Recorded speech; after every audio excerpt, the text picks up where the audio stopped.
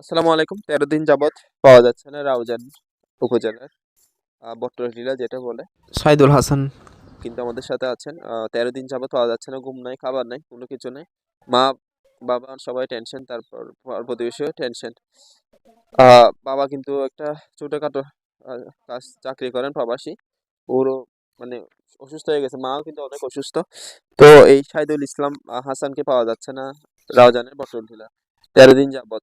এই আমরা একটা নাম্বার দেওয়া থাকবে, কেউ যদি খুঁজে পেয়ে থাকেন আর একটু যোগাযোগ করবেন। ওর সামান্য রাগ ছিল, রাগ তো থাকতে পারে, এরকম রাগ করে চলে গেছে।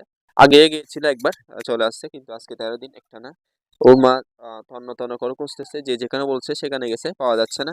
আহ তো যারা যারা পান আমাদের যোগাযোগ করবেন, আর থানায় কিন্তু জিডি করা আছে।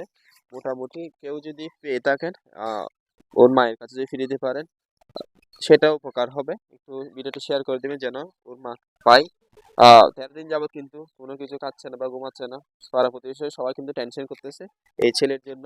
তো সবাই একটু সহযোগিতা করবেন যেন ওর মার কাছে ফিরে দিতে পারি। আর রাউজান উপজেলার প্রশাসনের দায়িত্বে যারা আছেন, আপনি একটু যত সম্ভব চেষ্টা করবেন যেন ওর মার কাছে আমি ওই যে ওর মার কাছে শাহিদুল ইসলাম হাসানকে যেন ফিরে দিতে পারি। ধন্যবাদ সবাইকে।